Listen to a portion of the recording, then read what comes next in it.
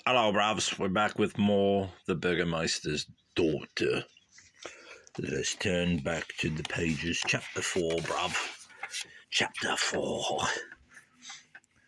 The major structure of the manor Lindenhof, as it exists today in the small free-building farm a few miles north of Hull. After the family house in the city,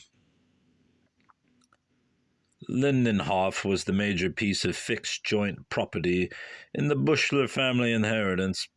On the threshold can still be seen the green and gold coats of arms of the subsequent owners, Hans Ludwig Adler of Unten Limburg and his wife Agnes, born Sempt, dated 1611. Chapter 4, Half a Loaf.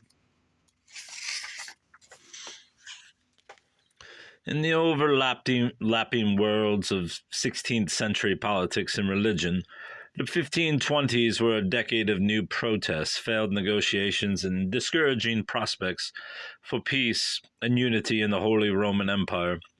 Deep fissures appeared in both the family of nations and the structure of the church. In the rapidly changing political and religious climate, the animosities of old enemies were rekindled, and old friends were torn apart as well. Concerted efforts at reconciliation and reunion foundered on stubborn regional pride and inflexible tradition. In the conflicts that followed, the bullying of the victors and the humiliation of the losers seemed to reach new heights and depths. The foundations for a century and more of territorial and religious wars were being laid. In 1525, Spain and France clashed in the first of four major wars over disputed territories, the Habsburg-Valois Wars, after the ruling dynasties, which would not end until 1559. On February 4, at Pavia in northern Italy, Habsburg forces handed the French their most humiliating defeat since the Battle of Agincourt, 1415, even taking the French king Francis I, died 1547, who had been fortunate to survive the slaughter, captive back to Madrid. There for over a year he would remain a most unhappy prisoner of Emperor Charles V, who seemed not to know what to do with his prize catch. His English ally, King Henry VIII, did not doubt the right course of action. The emperor should immediately take off Francis's head and eradicate the Valois dynasty while the chance was there, an action more easily carried out against English queens than against a foreign head of state. In the end, the emperor's inability to act decisively, combined with the French king's willingness to capitulate utterly to win the latter's release. The enabling instrument was the Treaty of Madrid, January 14, 1526, by which the French king renounced all claims to the disputed territories, agreed to marry the emperor's eldest sister, the recent widowed Queen of Portugal, and even left his two sons behind in Madrid as hostages. But as the treaty had been signed under duress, it could not legally bind either Francis or much less France. To no one's surprise, except perhaps the emperor, the French king joined over Habsburg foes in a new military alliance, the League of Cognac, within 2 months of his release. Among the signatories to that ill-fated alliance was the Medici Pope Clement VII, died 1534, who, with his church, now also fell afoul of the emperor, and like the French king, paid dearly for his defection. Threatened by the Habsburg Italian army, the Pope quit the alliance, but not soon enough to prevent the sacking of Rome by mutinous Spanish and German soldiers, and his own subsequent imprisonment in San Angelo. The sacking of Rome on May 6, 1527, has since been remembered both as a day of infamy in the history of the Church and as marking the cultural decline of the Italian Renaissance. 2 years later, Habsburg forces gained their second victory over the French in Italy. exacting as the price of the Pope's rehabilitation in the settlement that followed Pope Clement's recognition of Spanish claims to Naples and his crowning of the triumphant emperor in Bologna, the last papal coronation of a Holy Roman Emperor. Similar bitter division, bullying, and humiliation were the order of the decade, also on the religious front. In Zurich, the Swiss reformer Ulrich Zwingli, died 1531, led a successful Second Reformation in place by 1525. That was more socially and politically ambitious than Luther's.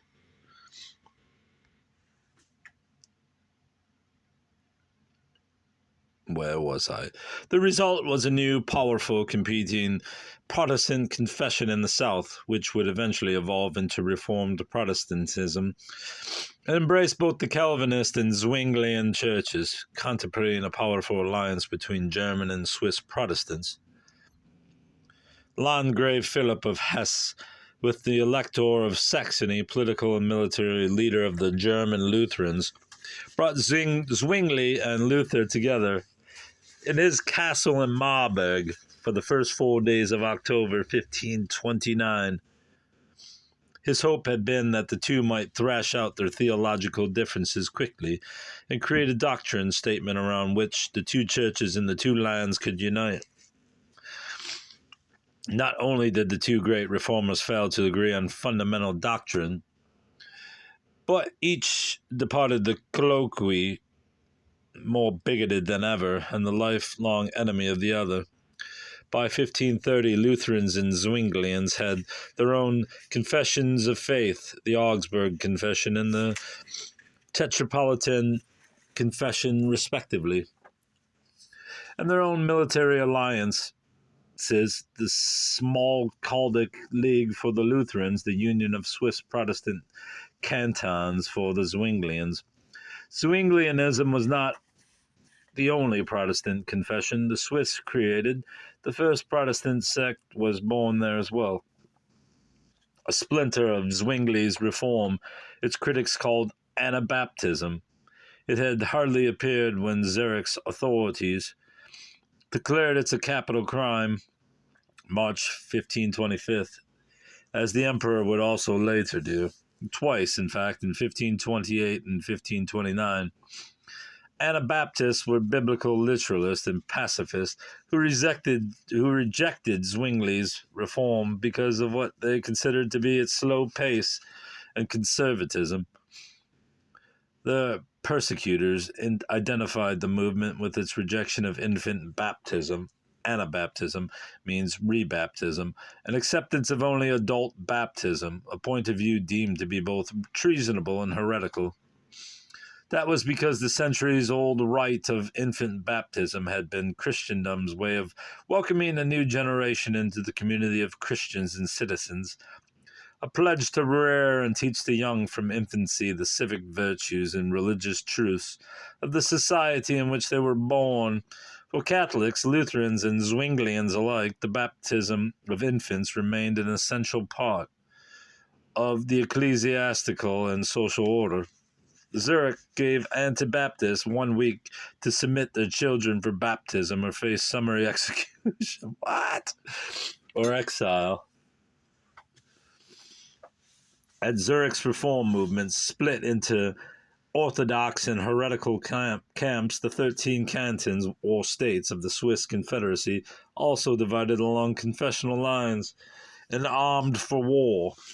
Righteous armies of Zwinglians and Catholics clashed for the first time at Kappel in the summer of 1529, and then again in October 1531. The latter engagements left Zwingli wounded on the battlefield, there to be tormented, quartered, and burned by his captors, his ashes dunged over and scattered about, so that no relics might be taken by his followers. By the end of the 1520s, it was already clear that there would be no quick or easy reconciliation between the Lutherans and the Church of Rome. When at the Imperial Diet of Speyer in 1529, the emperor ordered Lutherans throughout the empire to return their lands virtually to the Catholic status quo ante. The Lutheran delegation made its famous protestatio, from which event and term the name Protestantism has derived. By mid-century, the division of Christendom along strict confessional lines, which had de facto been the practice in Switzerland and parts of Germany since the late 1520s, became imperial law. After 1555, the ruler of each land would determine, in religious confession, cuius regio, ius religio, and those who dissented might convert, emigrate to a land of their choice, be exiled, or simply die. A deal on the maternal inheritance. The late 1520s were also a time of new protests, failed negotiation, and discouraging prospect for peace and unity in the Buchler family. According to witnesses, Hermann Buchler completely ignored his daughter and her new husband from the day of their marriage, sometime after April 1526. Not only would he give them nothing, he refused even to meet and talk to them. Such treatment, combined with the pair's hard times to keep the litigation over Anna's support and maternal inheritance alive and fierce, beginning in 1526 with the suit in the Rottweil court, then suddenly in 1528, in a claimed effort to end the pair's harassment of him, Hermann Buchler offered them a deal. Three major events combined to trigger this brief rapprochement: Anna's marriage to Hans von Lusenbrunn, her father's remarriage to Elizabeth Krauss, and the death of her brother, Hermann Jr. In German law, when a father or a mother died, the children of the marriage to a large degree took on the legal person of the dead spouse. Because of the law's strong bias toward the husband in property matters, that was a more difficult role for children to play with the surviving father than with the surviving mother. There were a great many German law codes, as each sovereign entity had its own. Almost 200 different systems of property law, combining elements of these many codes, exist today in the lands of the old German Empire. Most of these codes gave the husband legal control over all the goods and property a wife brought into a marriage or acquired during the marriage, regardless of whether they were to remain her sole property. Save in a dire emergency, he could not, however, dispose of them without the wife's consent, and the same was true of the joint property of the marriage. The same rule applied to the surviving children of the marriage after the death of either spouse. Neither a surviving mother nor father could legally dispose of the children's inheritance without the latter's express consent, especially when the inheritance in question was ancestral land, Erbgut, normally deemed untouchable. The surviving spouse then held virtual full power of administration, usufruct, and alienation over the joint property of the marriage, as well as over any property belonging to the deceased spouse. These properties were not, however, to be diminished during the surviving parents' years of stewardship and were expected to increase in value. This was one of the reasons why male guardians, or trustees, were appointed to advise widows and oversee the education and inheritance of their children after the death of the husband and father. When a parent died, inheritable family property was sequestered for the children, who would eventually divide it, and who, for this reason, had a vital interest in its proper maintenance and successful management. The surviving parent could not alienate such property without the consent of all heirs, which often meant the consent of their guardians. Nor, if that consent was given and inheritable property disposed of, without then also fairly compensating each of the heirs for the loss. For this reason, children's property came to be called iron property. Children were to receive it undiminished in the value if possessed at sequestration. Several events might trigger the awarding of a grown child's portion before the death of both parents. A child's reaching majority age, a daughter's marriage, a surviving parent's remarriage, and or evidence of parental mismanagement of the family estate. Whether a child's request for his or her portion under one or more of these circumstances was actually granted still remained the parent's decision. Reaching majority age did not automatically release a child from paternal authority or entitled the child to an inheritance. If the child remained in the parental home and depended upon the parents for support, paternal authority might continue just as if the child were still a minor. That had been Anna's situation as late as 1525. A woman of at least 27 years living at home with a father on whom she was completely dependent for her livelihood. The ability of a mature child to depart the parental home and begin an independent life, which normally happened when a daughter married, ended paternal authority and occasioned the distribution of inheritance almost always without a fight, as would happen with Anna's brother Philip when he married. A major part of that inheritance might be a dwelling in which the newlyweds henceforth lived. Often the newlyweds resided initially in one of the parental homes, most often that of the groom, which eldest sons could expect someday to inherit. The other circumstance that normally occasioned the distribution of inheritance without a fight was the remarriage of the surviving parent.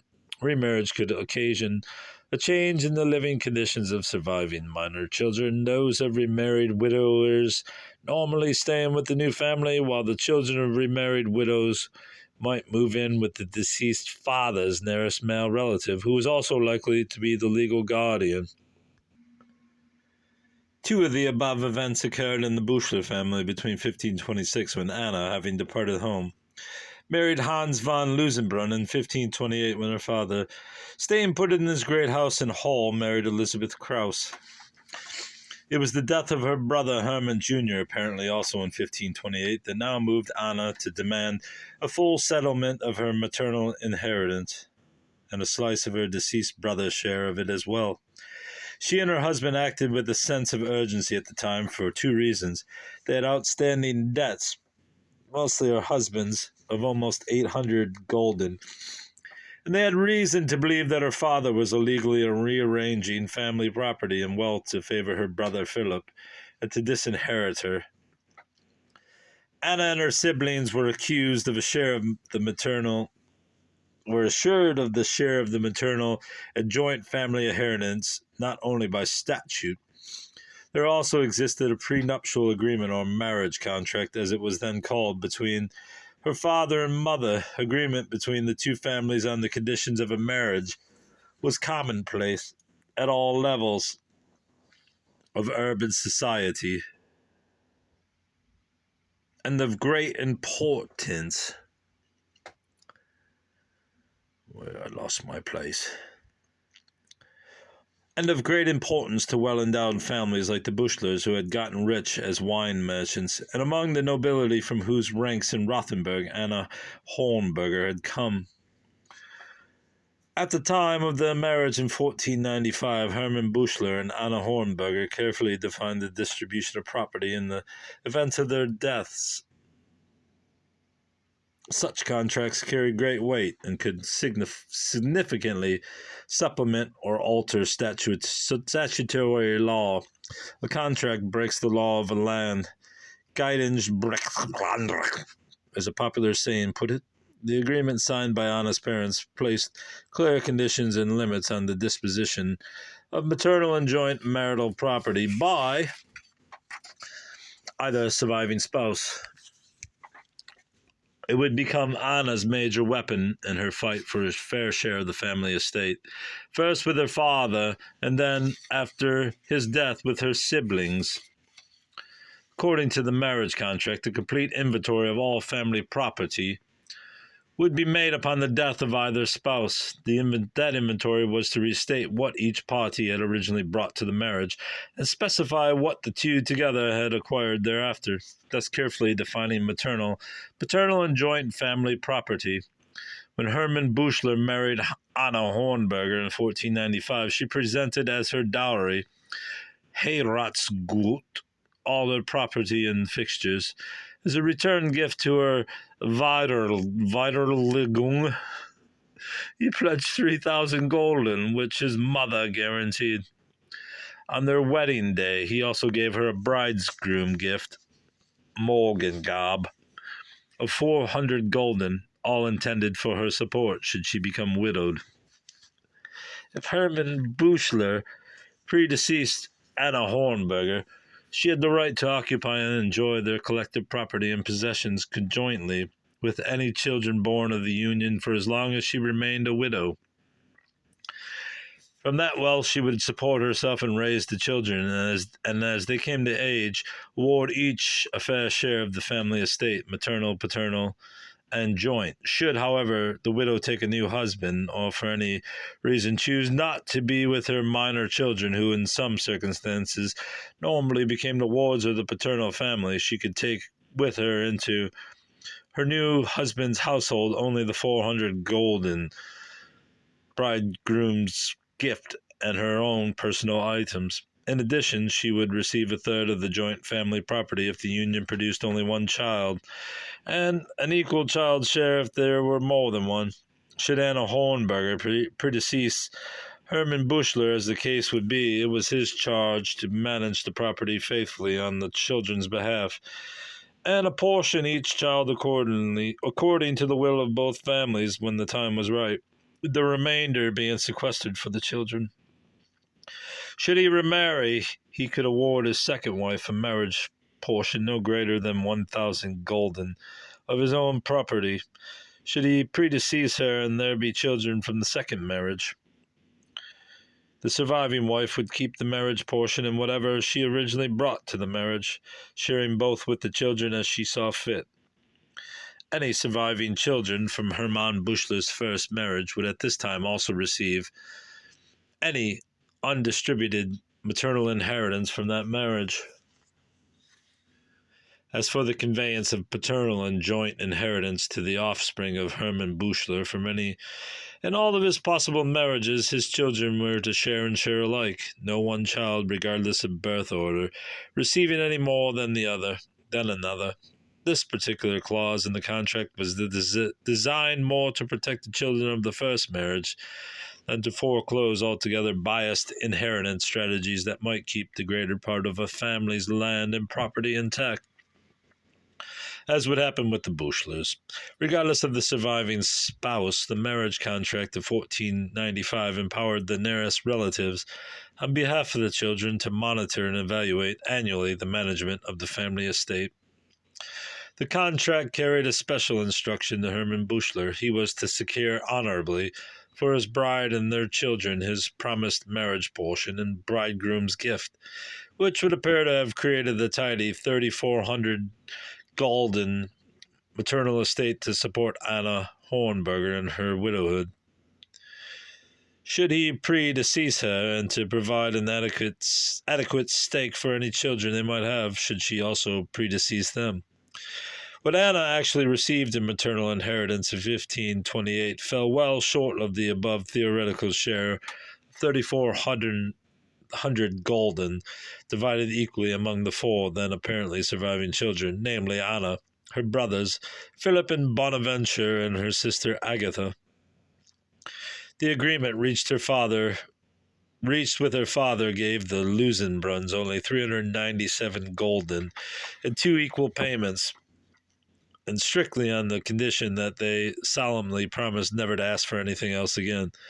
At the same time, the city council ruled that Anna should receive 1/5 of her deceased brother's share of the maternal inheritance, apparently a principle of division that gave the four children and their father an equal part. Bürgermeister Leinhard Fuchter personally conducted the negotiations, collecting the money from Hermann Buschler and delivering it to the Lusenbruns in the privacy of his own living room. Both sides recognized these payments to be settlement in full of Anna's claim to both a maternal inheritance and a marriage portion, and as ending any further demand on her part for material support of any kind from her father. The key passage in the agreement reads, Hermann Buschler shall convey to me, Anna Buschler, on the date of this letter, as my maternal inheritance in portion, along with jewelry, ornaments, and cockades, 397 gulden in current coinage. In return, I shall not approach or trouble Hermann Buschler, my father, for any dowry or portion, clothes or jewelry, either in or out of court. as long as he lives, nor shall my father and his heirs have any responsibility for settling or paying any debts, legal costs, or other expenses I have incurred, and they shall in no way be held liable for them. By every measure, the agreement favored her father, for what was for him a very manageable sum of money. He had settled the matter of Anna's maternal inheritance, and apparently silenced her for the remainder of his life. Her estranged brother, Philip, and his sister Agatha would later attempt to give the agreement of 1528 an even broader scope by invoking it as a precedent for denying Anna a share of the family inheritance as well. The Lusenbruns, however, were not to be so easily bought off, despite the sizable legal obstacle placed in their path by the agreement they now had signed. They refused to accept it as the last word on the maternal inheritance, much less any precedent for excluding Anna from a share of the family inheritance upon her father's death. Turning again to the courts, Anna claimed in a new brief to have been cheated out of more than half of what was justly due her in maternal inheritance, apparently calculating her fair share to be in the neighborhood of 800 gulden. Henceforth, she would describe the money given her in settlement of the maternal inheritance as only a nominal payment in lieu of a full share, which, until the latter was received, left her right to inherit still intact and unsatisfied. That Anna and her husband signed the agreement without first having raised and satisfied such suspicions is an indication, first, of their pressing need to satisfy their creditors, and second, of an unfortunate tendency on Anna's part, which will be seen again, to grab what the moment offers and not to ponder what the future holds. And that will be all for present. Goodbye.